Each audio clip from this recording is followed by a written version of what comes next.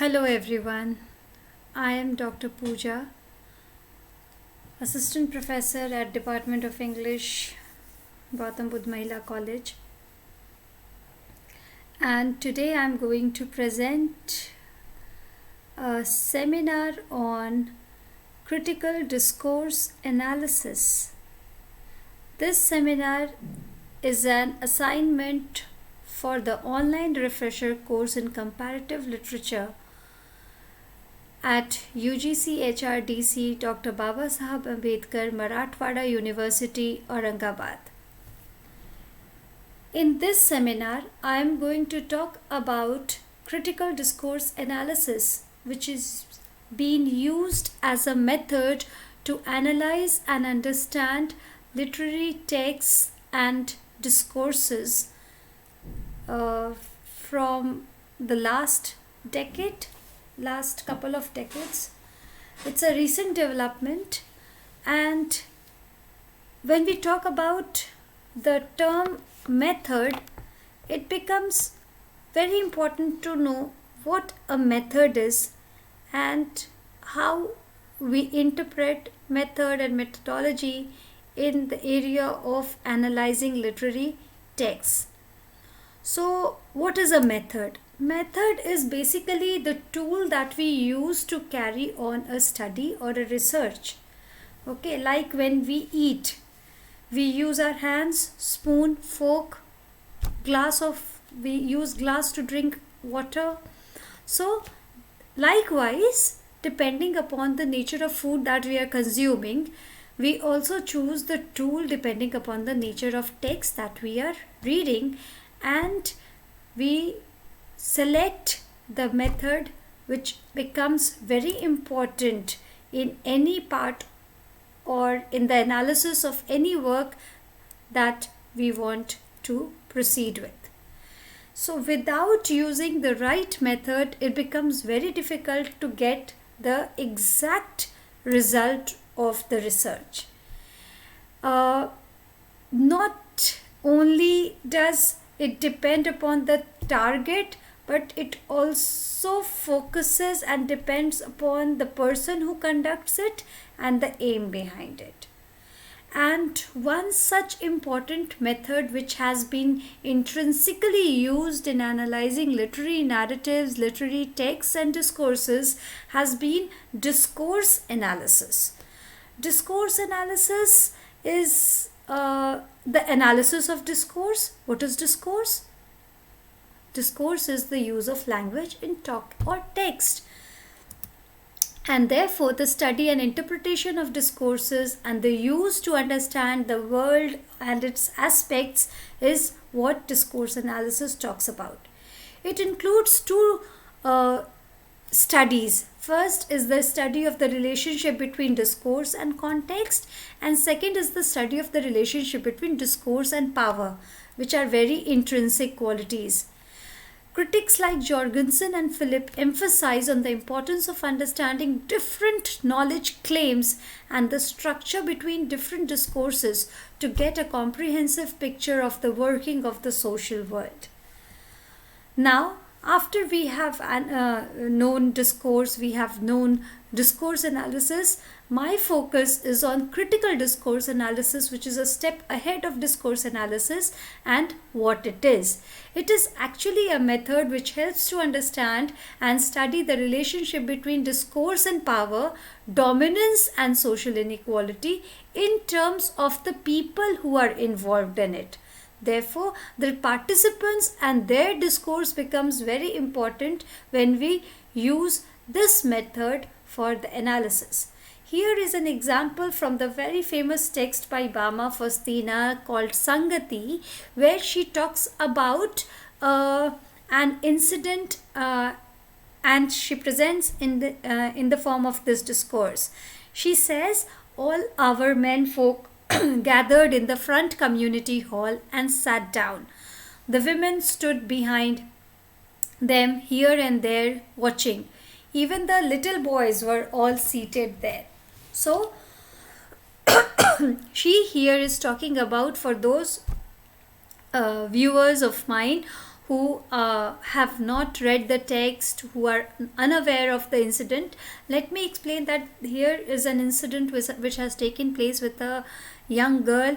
She has been molested, and the village has come together in its hearing and passing the judgment. But what is the structure? The way discourse analyzes, the discourse presents is that the men are seated, the boys are seated, women are scattered here and there, and they are watching. They are not speaking anything.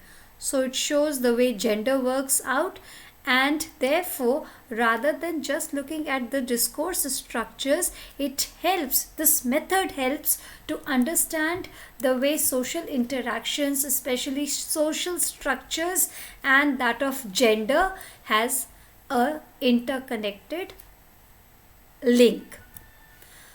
Now, when we talk about critical discourse analysis, Fairclough is a very important name that emerges, and he says that it has this method. Critical discourse analysis has three properties: relational, that dialectical, and transdisciplinary. Now, when we talk about the relational aspect, we see that the major concern is not individual but the social relations that are working between the individuals. Social relations, we all know, are very complex and layered phenomenon. Therefore, discourse also is a very complex set of relationships because it portrays those relationships. And one such example which I have taken from the same text by Bama is about the daily home work that a young girl has been put into. A girl child must stay at home and keep on working all the time, cleaning vessels, drawing water, sweeping the house, gathering firewood, washing clothes. When all this is done, they will carry the tiny babies, minding them even when they go out to play. So what she says is that the girl here is a small girl, is a daughter, is an elder sister, but the way she is made to follow the relationship, she is made a miniature of the mother. Her innocence is lost. She is doing the household works, she is taking care of the child, and the nexus which is working around needs to be analyzed. Discourse cannot be analyzed independently but can only be understood when we understand the set of social relations which constitute the social life. Now, looking at the dialectical concept, Fairclough views that these relationships are dialectical in nature. What do we mean by dialectical? Dialectical relations are between such relations which work between objects which are different from one another but are not discrete, like power and discourse. Foucault's famous concept of power and discourse. They are different elements in the social process, but still they flow into each other. They affect each other and they can't exist without each other. So discourse can be internalized in power and vice versa. An example which I have chosen to illustrate this is a famous quotation which has been taken from Iqbal Singh Ramuvalia's famous novel called Death of a Passport. And here he is talking about the helpless condition the female protagonist Seema is in. She married a NRI, went to Canada, but there her marital relationship has fallen apart. She has been left and has lost her passport. And in such vulnerable condition, she is helpless and compelled. The strain of being in a defenseless position in the face of an impending disaster, it compels people to stoop to the meanest practices all against their wills. So, without power, without independence, without an identity, she is made to do all that she does not want to go in. Now, transdisciplinary. When we are looking at the social relationships and looking at the various social structures, it is not just the social relationship but also a varied vector which is working from all the four sides. And such studies does not limit from a singular perspective but breaks the conventional boundaries and look at the interdisciplinary connects between literature, politics, sociology, and so on.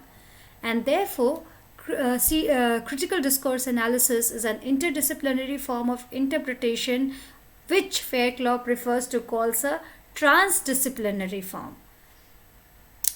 This quotation again from the same novel by Ramu Walia shows the cross connect of money,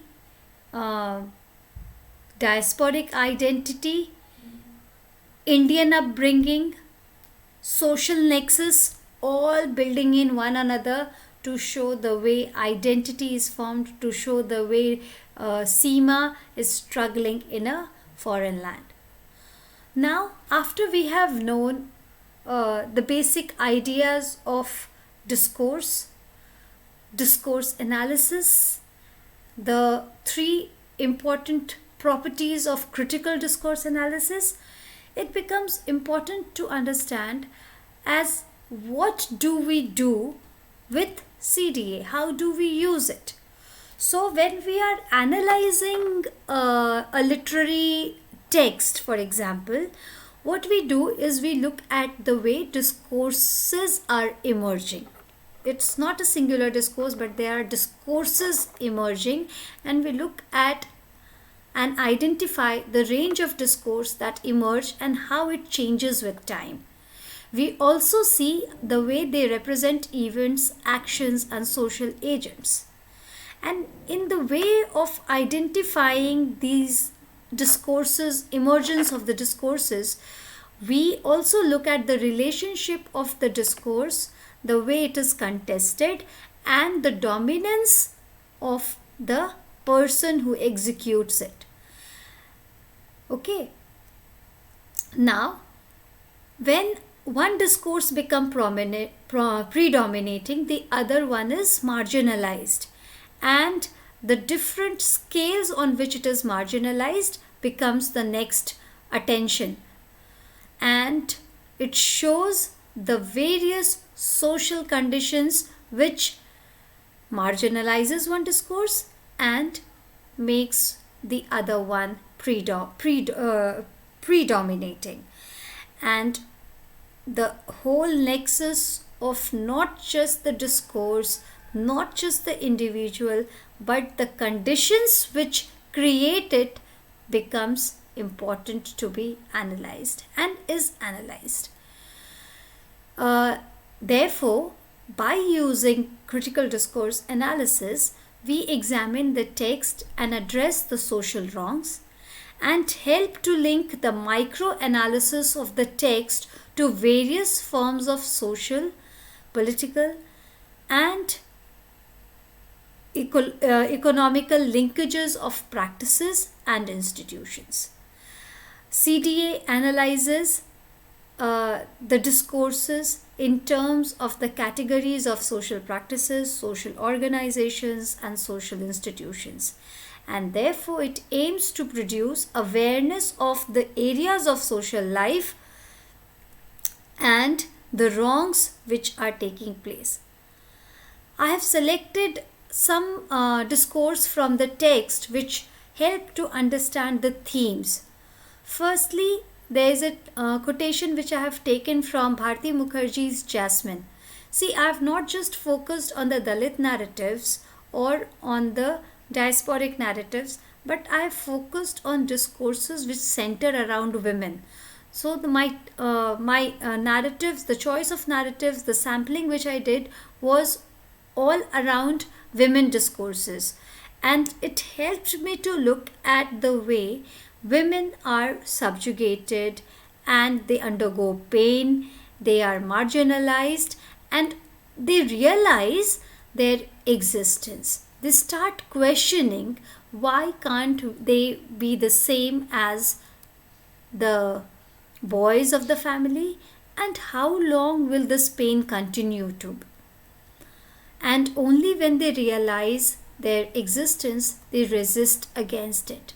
They resist against the social wrongs, and therefore, this method helps to understand the various social problems. It questions power relations as discursive.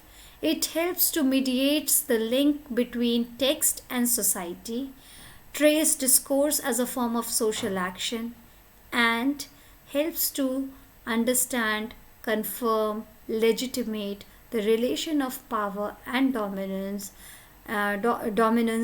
in the society. Thank. Uh, Only when we know the social wrong, we can correct it. With this aim, I hope this presentation has enlightened new vision and would help me to work more on this area.